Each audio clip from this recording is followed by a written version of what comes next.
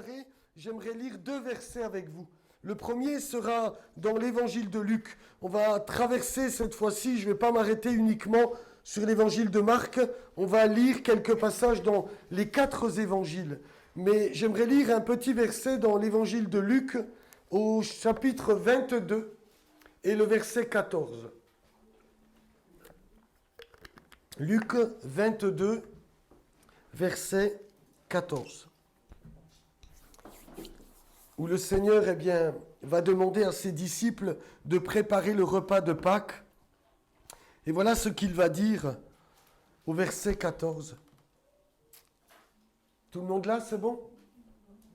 L'heure étant venue, il se mit à table et les apôtres avec lui. Et puis, un deuxième passage qui est l'esprit dans lequel j'aimerais partager ces 2 dimanches, celui-ci et celui à venir, l'esprit dans lequel j'aimerais le faire. Galates au chapitre 3 et au verset 1er, où Paul va dire ceci à cette église. Galates chapitre 3 verset 1er, ô Galates, dépourvus de sens, qui vous a fasciné, vous, aux yeux de qui Jésus-Christ a été peint comme crucifié. Et c'est dans cet esprit-là que j'aimerais m'arrêter ce matin et dimanche prochain. Vous, aux yeux de qui Jésus-Christ a été peint comme crucifié. C'est-à-dire que l'apôtre Paul, plus que d'annoncer le message de la mort et de la résurrection du Sauveur du monde, du Messie d'Israël, il leur a dépeint avec précision ce qui s'est passé, ce qui a été l'événement le plus important de l'histoire de l'humanité. Le soir étant venu, un soir où l'heure étant venue, où tout va basculer. Une heure particulière dans l'histoire de l'humanité. Une heure qui est différente de toutes les heures qui se sont déroulées et qui se dérouleront pour les siècles et des siècles à venir. L'heure étant venue où Jésus se mit à table avec ses disciples. Où il devait passer, dira Jean, de ce monde au Père. Jean dira l'heure étant venue où Jésus devait passer de ce monde au Père. Une heure particulière. Après avoir enseigné ses disciples, ça c'est tout ce qu'on a vu ces dernières semaines, sur le chemin dans lequel il désirait les voir marcher. Vous vous souvenez, dans Marc, on a parlé du chemin, ce mot qui revient particulièrement et avec insistance, pour montrer que la réelle grandeur aux yeux de Dieu, ce n'est pas ceux qui cherchent à s'élever, mais c'est ceux qui acceptent de marcher comme serviteurs des autres, ceux qui marchent à l'exemple de ce que Jésus nous a laissé. Il n'est pas venu pour être servi, mais il est venu servir et donner sa vie pour la rançon de plusieurs. Après nous avoir enseigné quel était le chemin dans lequel il souhaitait que ses disciples marchent. Après nous avoir montré, à travers le figuier et le temple qui va être secoué, avec quelle sévérité son plan doit s'accomplir. La parole de Dieu va s'accomplir. Les nations seront intégrées au plan de salut du peuple d'Israël. Après, nous avoir donné un exemple incroyable, c'est-à-dire cette pauvre veuve, ce qu'on a vu la semaine dernière, qui a tout donné, tout ce qu'elle avait pour un temple qui allait être détruit. L'heure est venue où Jésus va lui-même emprunter ce chemin. L'heure est venue où lui-même va s'appliquer, les exigences de ce que la parole de Dieu demandait. L'heure est venue où ses prophéties vont parfaitement s'accomplir. Et l'heure est venue où il va tout donner, malgré le rejet de quelques-uns. Alors, tout va commencer par un repas. Un repas de Pâques. Je ne veux pas m'arrêter. J'ai volontairement cette année, je n'ai pas voulu faire le lien. J'ai voulu m'arrêter sur ces scènes des évangiles. Mais Jésus va faire un repas de Pâques, comme tous les Juifs faisaient un repas de Pâques. J'en ai déjà largement et abondamment parlé dans les temps précédents, donc je ne veux pas revenir dessus, où il va expliquer que le vin, c'est son sang qui va couler, le sang de la nouvelle alliance, et le pain qui sera rompu, c'est son corps qui sera brisé pour le salut de l'humanité. Et le texte nous dit au chapitre 22 de Luc, eh bien que après être sorti au verset 39, il alla selon sa coutume à la montagne des Oliviers et ses disciples le suivèrent. C'est très intéressant pour nous qui avons suivi ce chemin. Vous vous souvenez que jusqu'à maintenant, tous les soirs, Jésus quittait Jérusalem, particulièrement le temple, et il traversait la montagne des Oliviers et il redescendait de l'autre versant pour aller à Béthanie. Et tous les matins, il faisait le chemin contraire et il allait dans le temple et il enseignait. Et nous avons vu la semaine dernière toutes les confrontations qu'il a eues avec les principaux sacrificateurs, avec les scribes et les anciens. Mais cette nuit, elle est différente de toutes, parce que Jésus ne va pas repartir sur Béthanie. Après, eh bien, être sorti de la chambre haute, il alla dans le jardin de Gethsémané. Et cette fois-ci, eh bien, il va se mettre à prier. Jean nous dit au chapitre 18, verset 2, vous n'avez pas besoin peut-être de le lire, mais il est dit que Judas savait que Jésus se trouvait là parce qu'il avait l'habitude d'aller là. Il avait l'habitude d'aller dans ce jardin quand il était à Jérusalem et il avait l'habitude de prier là. Et alors que Jésus ne repartira pas à Béthanie, mais s'arrêtera eh bien, à Gethsémané, alors il y a une autre raison à cela. C'est que nous sommes un jour de Shabbat. Et à Shabbat, on ne fait pas plus de kilomètres que la distance qui est préconisée. Donc il ne peut pas aller à Béthanie. Mais il y a plus que cela. Le Seigneur sait très bien ce qu'il va lui arriver. Il s'arrête à Gethsémané et vous connaissez le texte, ses disciples vont s'endormir. Et lui va prier jusqu'à ce qu'il ait besoin qu'un ange vienne le fortifier.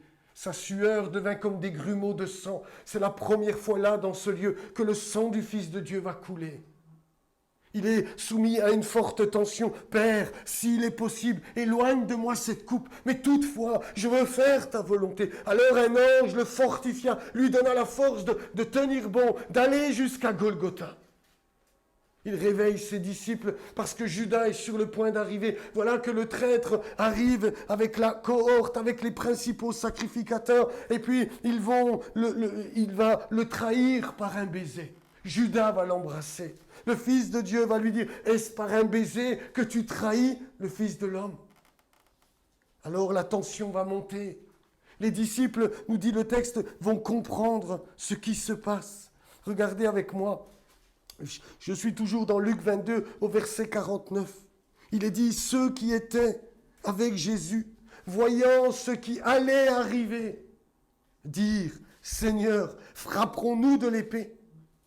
Et l'un d'eux frappa le serviteur du souverain sacrificateur et lui emporta l'oreille droite. Mais Jésus, prenant la parole, dit, laissez, arrêtez. Ayant touché l'oreille de cet homme, il le guérit. Jésus dit ensuite aux principaux sacrificateurs, aux chefs des gardes du temple et aux anciens qui étaient venus contre lui, vous êtes venus comme après un brigand, avec des épées et des bâtons. J'étais tous les jours avec vous dans le temple, et vous n'avez pas mis la main sur moi. Écoutez cela, mais c'est ici votre heure et la puissance des ténèbres. L'heure étant venue. Voilà comment démarre ce texte. Et Jésus va ajouter, c'est ici votre heure. Quelle heure? L'heure de la puissance des ténèbres. Judas l'embrasse. Pierre, comprenant, ils sentent que la tension est certainement palpable dans ce jardin. Ils viennent de se réveiller. Il y a certainement toutes sortes d'incompréhensions. Il fait nuit, quelques torches éclairent les visages, les ombres sont là. Pierre sort l'épée, coupe l'oreille droite du serviteur, du souverain sacrificateur. Jésus, dans son amour, va guérir cet homme-là. C'est l'incompréhension. Il n'y a pas de révolte dans Jésus. Arrêtez, dira-t-il, laissez. Il faut que s'accomplisse la parole de Dieu, dira un autre évangéliste. Alors, le Seigneur va dire, ces paroles que je viens de lire et déclarer, il va se laisser lier et emmener. C'est ici votre heure et la puissance des ténèbres. Retenez bien ce verset, parce que je vais y revenir à la fin. Alors va s'ouvrir un procès. Un procès peu commun dans l'histoire du peuple d'Israël. Un procès qui est en vérité un grand simulacre de procès. Selon Jean, au chapitre 18 de l'évangile de Jean et le verset 13, Jésus va être conduit chez Anne et ensuite chez Caïphe. Anne, vous savez, était un souverain sacrificateur qui avait été destitué par Rome. Et on avait mis Caïphe à sa place. Et en cette époque-là, il y avait 2 souverains sacrificateurs à Jérusalem. Parce que le sacrificateur, le souverain, restait tant qu'il était vivant. Et il était considéré. Et on prêtait attention à Anne. Et c'est ce qui explique qu'il y a, ces 2 sacrificateurs à l'époque de Jésus. Il est dit au verset 13, verset 12 même, la cohorte, le tribun et les huissiers des Juifs, c'est-à-dire des principaux sacrificateurs, se saisirent alors de Jésus et le lièrent. Ils l'emmenèrent d'abord chez Anne, car il était le beau-père de Caïphe, qui était souverain sacrificateur cette année-là. Et Caïphe était celui qui avait donné ce conseil aux Juifs. Il est avantageux qu'un seul homme meure pour le peuple. Simon-Pierre, avec un autre disciple, suivait Jésus. Ce disciple était connu du souverain sacrificateur et il entra avec Jésus dans la cour du souverain sacrificateur. Mais Pierre resta dehors près de la porte. L'autre disciple qui était connu du souverain sacrificateur sortit par là à la portière et fit entrer Pierre. Nous dit le texte. Voilà que Jésus est maintenant lié et il se retrouve chez Anne et Caïphe dans une maison. On a retrouvé dans l'archéologie la maison des sacrificateurs qui était d'un luxe sans pareil. Ces hommes vivaient dans un luxe énorme. Ils profitaient du temple et de tous ces impôts et de toutes ces offrandes et de tous ces troncs pour vivre dans le luxe. Voilà qu'ils sont amenés là. C'était de très grandes maisons, il y avait une cour au milieu. Alors que Jésus est devant les principaux sacrificateurs, Pierre est dehors. Jean, qui connaissait ce milieu-là, a permis qu'il puisse entrer. Vous l'avez vu comme moi. Il faisait froid, nous dit le texte. Ils ont fait un feu. Les faux témoins vont se présenter. Matthieu nous dit qu'il se mélange les pinceaux. Même là, il n'arrivait pas. On l'accuse de toutes sortes. Il a dit qu'il allait détruire le temple. D'autres l'accusent. Il a dit qu'il ne faut pas payer l'impôt à César. Il y a toutes sortes de faux témoins qui se présentent. Ils se contredisent les uns les autres. Mais rien n'y fait. On le veut qu'il meure. Alors Jésus ne dit rien. Pas un mot. C'est très intéressant parce que, en vérité, ce procès n'en est pas un. Tout est déjà couru d'avance. Je vais vous expliquer pourquoi. Parce que normalement, il y avait un processus très clair. On retrouve ça dans la tradition hébraïque, on appelle ça le traité du Sanhédrin. Il y avait un ordre clair comment le Sanhédrin devait juger les coupables, comment les choses devaient se passer. Et dans ce traité-là, en l'occurrence, il est dit pour un procès pour la peine capitale, il ne pouvait se tenir que de jour. Ici, nous sommes en pleine nuit. Il y a eu toute une manigance avec Judas et les principaux sacrificateurs.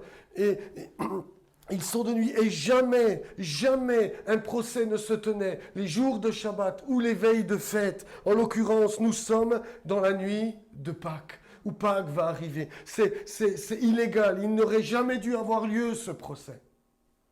Ensuite, une condamnation à mort ne peut pas être faite le jour même. Ce même traité dit, si quelqu'un est coupable et condamné à la mort, nous attendrons le lendemain pour confirmer la sentence. Mais là, dans notre cas, le soir même, avant même que Jésus ouvre la bouche, avant même qu'il n'ait pu, on voulait qu'il soit mis à mort. Et puis, ce même traité continue. La contradiction des témoignages devait faire annuler une condamnation. Quand il y a une contradiction entre les témoins, le traité dit on annule la condamnation. Là, les témoins se contredisent, ils n'arrivent même pas à s'entendre, nous dit Matthieu et Marc. Et pourtant, le procès continue.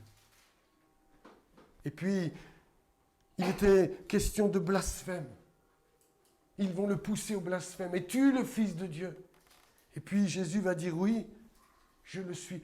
Qu'avons-nous besoin de plus? Le souverain sacrificateur va déchirer ses vêtements. Il a blasphémé, dira-t-il. Mais le blasphème était uniquement lié au nom de Dieu. Si tu blasphémais le nom de Dieu, ce n'est pas ce que Jésus a fait. Mais de toute manière, ce n'est pas ce qui les intéressait.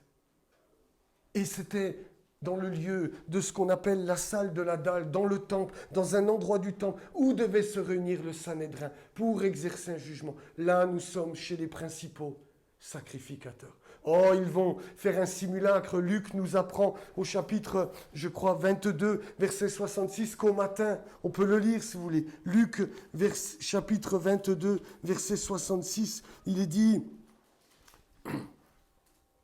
que quand le jour fut venu, donc le matin, le collège des anciens du peuple, les principaux sacrificateurs et les scribes s'assemblèrent et firent amener Jésus dans leur Sanhédrin. Il y a eu un simulacre, mais tout était déjà couru d'avant. Ils ont voulu faire semblant que c'était un procès, comme il aurait dû avoir lieu, mais ce n'en était pas un, c'était un simulacre de procès. Alors ils l'ont quand même amené. Je vous ferai remarquer en passant, vous avez vu, il n'est jamais question des pharisiens. Nous sommes très rudes à l'égard des pharisiens. Quand on demande qui a tué, on dit toujours ce sont les pharisiens. Mais les pharisiens n'ont pas pris part. Et Luc dira au chapitre 23, regardez avec moi si vous voulez. Il y avait un homme, verset 50, un conseiller, Luc 23, verset 50, nommé Joseph, homme bon et juste, nous savons qu'il faisait partie du Sanhédrin, qui n'avait point participé à la décision et aux actes des autres. Il était d'Arimathée, ville des Juifs, parce que tout le monde n'était pas là. Il n'y avait que cette petite élite, les principaux sacrificateurs. Il faut arrêter de croire que tout le monde, le peuple, aimait Jésus. C'est juste l'élite religieuse qui était liée au temple, les sacrificateurs. C'est avec ces mêmes sacrificateurs, ces mêmes scribes, ces mêmes anciens, que Pierre et Paul auront des soucis tout au long de leur vie. Mais les pharisiens, beaucoup se sont convertis. Nicodème, Joseph d'Arimathée, quand Nicodème va venir vers Jésus, va lui dire « Nous savons, pas je sais, nous savons que tu es un docteur venu de Dieu. Personne ne peut faire les miracles que tu fais si Dieu n'est avec lui. » Il va confesser, Jésus va l'amener sur le chemin du salut. Nicodème va se convertir, Joseph d'Arimathée va se convertir, même s'il y avait de la pression, et ils vont être disciples de Jésus en secret, nous dit la Bible. Mais là, en l'occurrence, c'est l'élite religieuse du temple qui a manigancé et qui a orchestré avec Judas un simulacre de procès. Parce que jamais Jésus n'aurait dû être condamné. Au petit matin, il l'amène au Sanhédrin comme pour faire croire que tout cela est bien légal. Pendant ce temps-là, Pierre est dehors. Le feu crépite. Et puis la servante s'approche de lui. Mais n'es-tu pas galiléen? Pierre, saisi de peur. Non, je ne connais pas cet homme. Elle va revenir une deuxième fois. Il va continuer d'affirmer non. Et puis quelqu'un va venir en lui disant, mais si, tu étais avec lui dans le jardin. Il faisait noir, mais je te reconnais. Et là, Pierre, avec imprécation, va dire, je ne connais pas cet homme. Et le coq va chanter, vous connaissez l'histoire. Et alors qu'il est dans la cour, Jésus est dans une pièce juste en face. Aujourd'hui, on arrive presque à savoir avec l'archéologie où se trouvaient Pierre et Jésus. Quand le coq va chanter, Jésus va se retourner. Et leurs deux regards vont se croiser. Et l'évangéliste nous dit, Pierre se souvient que Jésus lui avait dit, Pierre, avant que le coq ne chante 2 fois, tu m'auras renié 3 fois. Et Pierre se mit à pleurer amèrement. Après cela, dans ce même temps, Judas qui prend conscience, nous dit le texte. Regardez avec moi dans Matthieu 27 au verset 5, il est dit ceci. Jésus est maintenant emmené et livré à Pilate, le gouverneur romain. Verset 3, chapitre 27 de Matthieu, verset 3. Alors Judas, qui l'avait livré, voyant qu'il était condamné, se repentit et rapporta les 30 pièces d'argent aux principaux sacrificateurs et aux anciens, en disant j'ai péché en livrant le sang innocent. Ils répondirent, que nous importe, cela te regarde. Judas jeta les pièces d'argent dans le temple. Il était dans la cour des femmes où il y avait les troncs, vous vous souvenez? Je vous en ai parlé la semaine dernière. Et il alla se pendre. Alors eux, puisque c'est des bons religieux, vous comprenez, ils ne vont pas mettre cet argent dans le tronc et le trésor sacré. Les principaux sacrificateurs, verset 6, les ramassèrent et dirent, il n'est pas permis de les mettre dans le trésor sacré, puisque c'est le prix du sang. Et après avoir délibéré, ils achetèrent avec cet argent le champ du potier pour la sépulture des étrangers. C'est pourquoi ce champ a été appelé champ du sang jusqu'à ce jour-là. Et la prophétie s'est accomplie. Pierre vient de le renier, Judas vient d'aller se pendre. Et Jésus est conduit devant Ponce Pilate. C'est Jean qui va, dans son évangile, nous donner tellement de détails.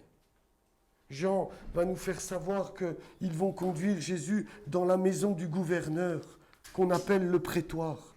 Alors aujourd'hui, on ne sait toujours pas si c'était dans la forteresse Antonia du temple, ou alors est-ce que Pilate avait réquisitionné la maison d'Hérode, le palais d'Hérode à Jérusalem. Mais ce qui est certain, c'est que Jésus va être conduit là. Et puisque c'est des bons religieux, le texte nous dit qu'ils ne vont pas vouloir entrer dans le prétoire pour ne pas se souiller, parce que c'était la Pâque et ils voulaient pouvoir la manger en toute tranquillité. Alors ils ont l'extérieur qui semble correspondre, mais leur cœur est plein de haine. Ils veulent qu'il meure. Ils veulent qu'il soit mis à mort. Et pas, je l'ai déjà dit, je le répète, pas n'importe quelle mort. Parce qu'ils auraient pu le mettre à mort. Dans le Deutéronome, dans le Lévitique, pardonnez-moi, il est dit que si quelqu'un blasphème, il doit être lapidé. Il aurait dû être lapidé. Le blasphémateur aurait dû être lapidé. Ils avaient l'autorité de le faire. Ça ne leur a pas posé de problème des années plus tard d'aller lapider Étienne. Les mêmes sacrificateurs. Avec Saul de Tarse, qui va devenir l'apôtre Paul. Ils avaient ce droit-là, mais ce n'est pas ce qu'ils voulaient. Je vous l'ai déjà dit. Ils voulaient qu'il soit crucifié. C'est très intéressant. Parce qu'on se rend compte qu'ils ne veulent pas entrer. Et puis, dans le chapitre 18-19 de Jean, je n'ai pas le temps de m'arrêter ce matin, vous ferez l'expérience, il est dit que, c'est Pilate qui va sortir au-devant des Juifs, parce qu'il n'y rentre pas. Il va rentrer dans le prétoire. Il va avoir un entretien particulier avec Jésus. On en connaît même le langage. Et puis, il ressort et il retourne vers Jésus. Et puis, il leur dit qu'il ne trouve rien de condamnable en lui. Et puis, ils insistent, ils lui mettent la pression. Oui, mais il s'est fait roi. Ce qu'ils veulent, c'est qu'il soit reconnu comme un révolté de l'Empire romain. Parce que c'était ces gens-là qu'on mettait à mort. C'est ces gens-là qu'on crucifiait. C'était ceux qui étaient en révolte. Il y avait un autre révolté, un zélote qu'on appelle Barabbas. Celui-ci était digne d'être crucifié. Alors Pilate va demander, qui voulez-vous que je vous relâche, Barabbas ou Jésus? Et puis, regardez, le texte nous dit que les principaux sacrificateurs vont dire, relâche-nous, et tous vont s'écrier, Barabbas, relâche-nous Barabbas, crucifie-le. C'est ce qu'ils avaient dans le cœur. Des hommes bien religieux, qui semblaient bien faire ce que la Torah demandait, mais qui avaient un cœur plein de haine et jaloux, nous dit l'évangile de Matthieu. Ils veulent qu'il soit crucifié. Je vous l'ai déjà dit, je vous répète ça. La raison, elle est simple.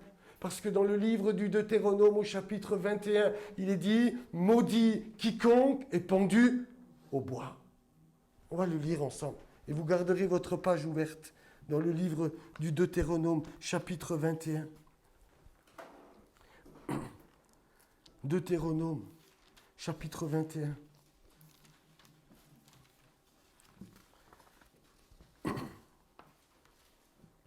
Verset 23.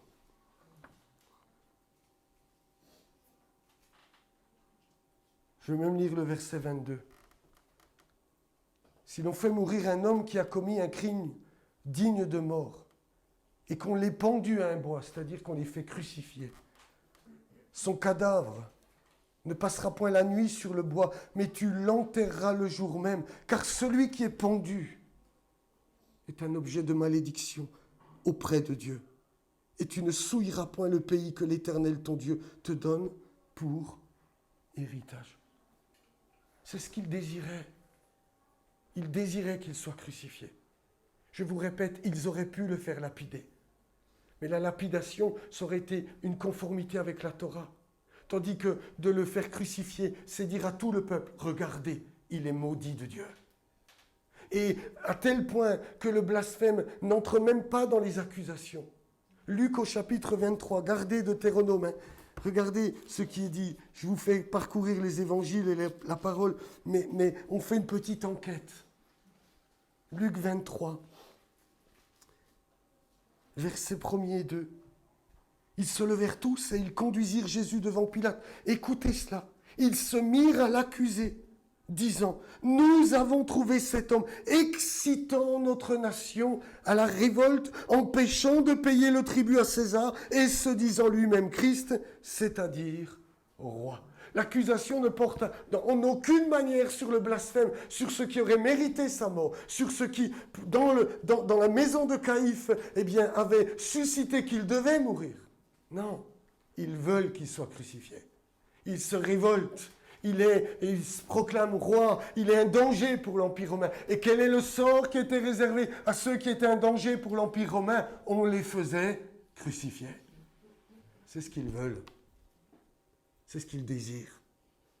Parce que les Romains crucifiaient sur le bord de la route, ou alors un peu en hauteur, pour que tout le monde voie. Et il y avait écrit le motif de la condamnation. Pour que tout le monde sache en passant que celui qui se révolte contre l'Empire romain, voilà ce qu'il encourt. Voilà ce qui t'arrivera si tu as la pensée ou le désir de suivre le même chemin que ces brigands, comme Barabbas. Mais ce n'est pas ce qu'il désire. Jésus ne répond rien. Pilate va lui dire, mais n'entends-tu pas de quoi il t'accuse? N'entends-tu pas ce qui va t'arriver quelque part? Jésus ne répondit pas un mot. Ce qui étonna beaucoup le gouverneur. Il ne se débat pas. Il ne revendique pas sa justice. Oh, béni soit ce jour où Jésus s'est tu, frères et sœurs.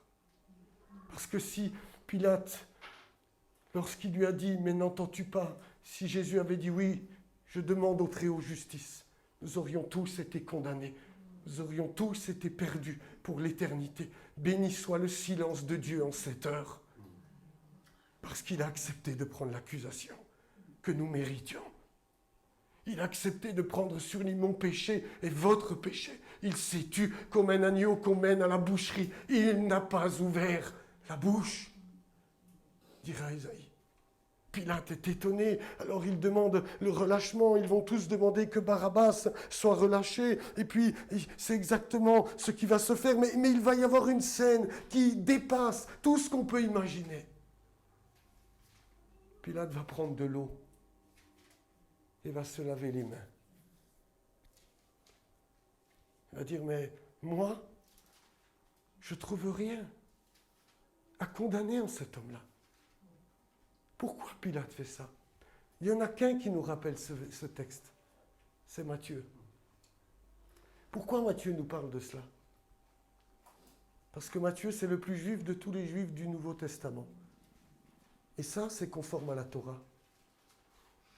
Deutéronome 21. Venez avec moi. Ce même chapitre du Deutéronome, chapitre 21, verset 1er.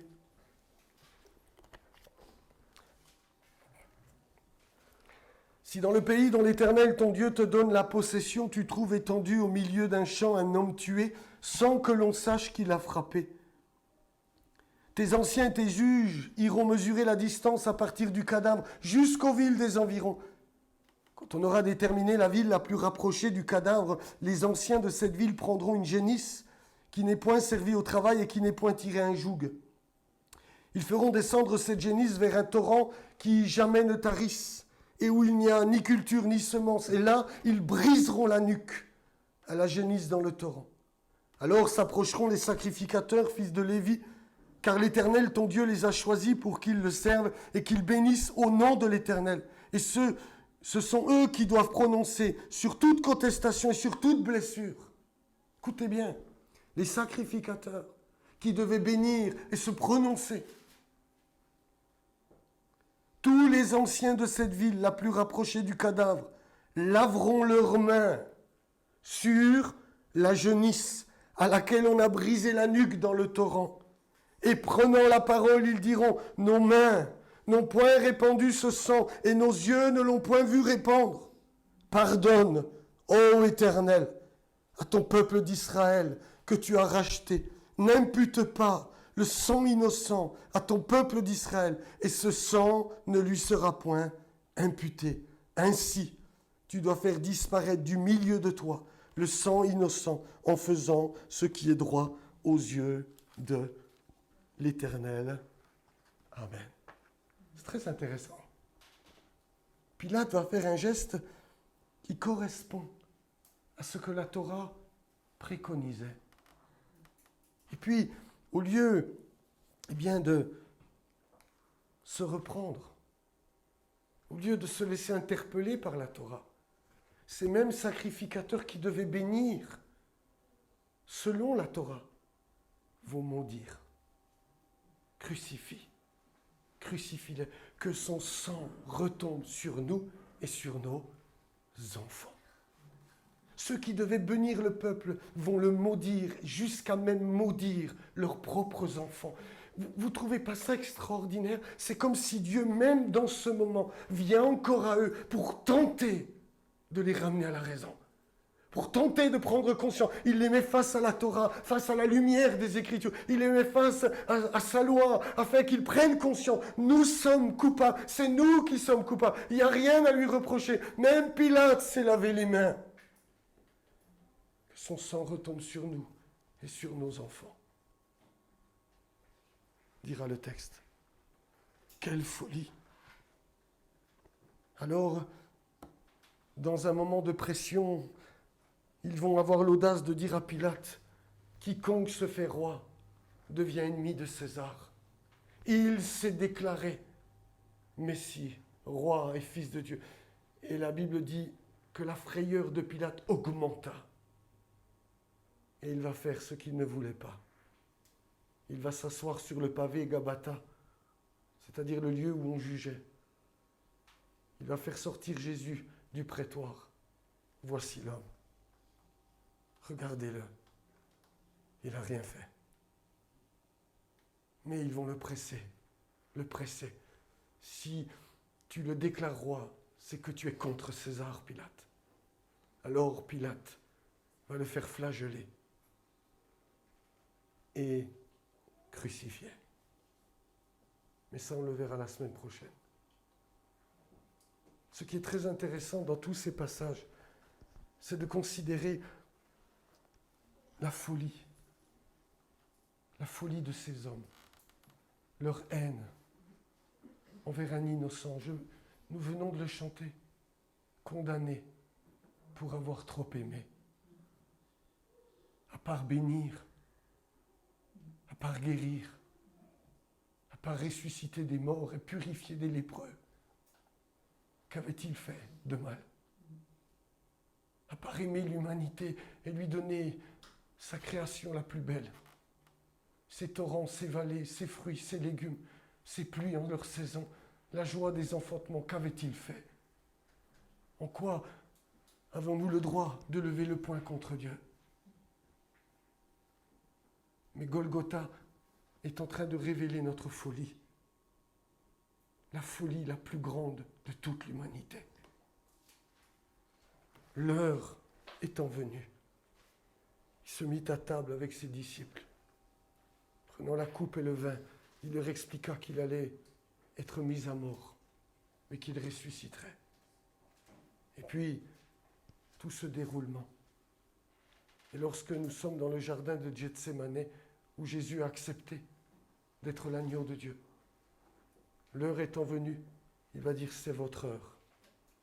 L'heure de la puissance des ténèbres. Ça veut dire quoi ça?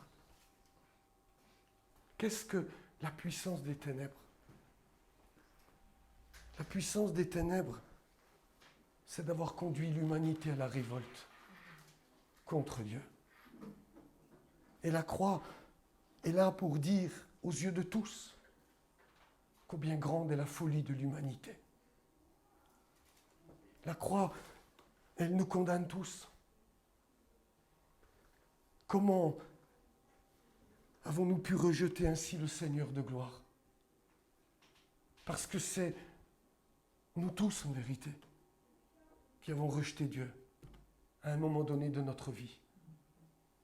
Mais comme ce Jésus qui n'a pas demandé que justice lui soit rendue toutes les fois où par le passé on a levé le poing contre lui, toutes les fois où nous avons été en colère contre lui, le Seigneur s'est tu, parce que sinon nous étions tous coupables et dignes du châtiment. Mais Dieu s'est tu. Il a continué d'aimer. Il a accepté de prendre notre condamnation pour que nous puissions être sauvés. Mais l'heure des ténèbres, c'est cette capacité qu'a eu le diable et son armée d'entraîner l'humanité dans la révolte et d'entraîner l'humanité lorsqu'il était ici-bas dans la condamnation la plus odieuse, dans la croix de Golgotha. C'est l'heure de la puissance des ténèbres. Les ténèbres ont réussi à emmener ceux qui auraient dû bénir, à maudire, ceux qui auraient dû être la lumière, à être des ténèbres plus grandes qu'ils n'auraient dû jamais l'être. C'est ça l'heure de la puissance des ténèbres. Mais grâce soit rendue à Dieu parce qu'il a changé le mal en bien. Il s'est servi de la croix pour nous sauver. Il n'a pas ouvert la bouche. Il ne nous a pas condamnés. Il nous a aimés d'un amour éternel. Et ce matin, je veux bénir son nom. Je veux le louer, je veux le glorifier, parce que le Fils de Dieu a gardé le silence devant Pilate, parce que le Fils de Dieu a accepté de prendre mon péché, votre péché, vos colères, mes colères, nos poings levés contre lui, pour ne pas nous condamner. Et il a vu, et il a connu jusqu'où irait cette humanité, mais il est quand même venu jusqu'à nous. Il nous a tant aimés, dit le texte, qu'il a donné sa vie pour le salut de ton âme et de mon âme. À lui soit la gloire pour les siècles des siècles à venir. À lui soit la gloire. Alors, eh bien, je crois que, comme nous l'avons chanté, nous devons proclamer à tous que cette croix est devenue la source du salut. Elle expose la folie de l'humanité. Elle expose dans le lieu du crâne, là où les pensées des hommes qui se croient sages, en vérité sont fous, là où la pensée des hommes les croit intelligents, alors qu'ils sont des insensés. Là, à Golgotha, l'homme a crucifié son sauveur, son créateur, celui qui pouvait lui donner la vie éternelle. Elle démontre notre folie, sous la puissance des ténèbres.